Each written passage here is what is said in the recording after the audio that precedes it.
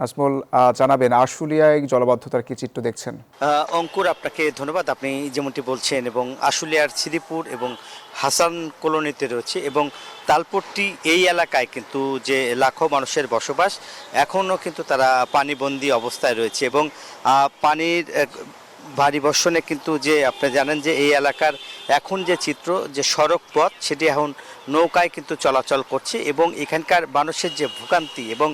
School college এবং এখানকার যারা শিক্ষার্থীরা রয়েছে তাদের কিন্তু পড়ালেখাই এক প্রকার বন্ধ হয়ে গেছে, যেহেতু টিন শেড বা একতলা যেসব ঘরবাড়ি রয়েছে সেগুলো কিন্তু যাদের বাড়ি ঘর তলিয়ে গেছে তারা কিন্তু একটু উঁচু স্থানে কিন্তু তাঁবু টানিয়ে থাকার চেষ্টা করছেন এবং আপনারা দেখেন যে এখনও কিন্তু মালামাল সেখান থেকে তারা বের করে নিয়ে আসছে এবং এরই মধ্যে কিন্তু যে দেখতেই পাচ্ছেন যে নৌকা এবং কলার যে ভেলা, সেই ভেলাই তাদের এখন একমাত্র ভরসা। এছাড়াও এই সড়ক পথটি এখন নৌপথ হয়েছে এবং নৌপথে আপনি দেখছেন যে নৌকা নিয়ে চলাচল করছে এবং দুই পাশে বাড়ি ঘর যেসব কিছু সবই কিন্তু এখন পানির নিচে রয়েছে এবং এই এলাকাবাসীর যে দুর্ভোগের কথা চিন্তা করে উপজেলার নির্বাহী কর্মকর্তা বিকল্প ব্যবস্থা করার জন্য কিন্তু ড্রেন এবং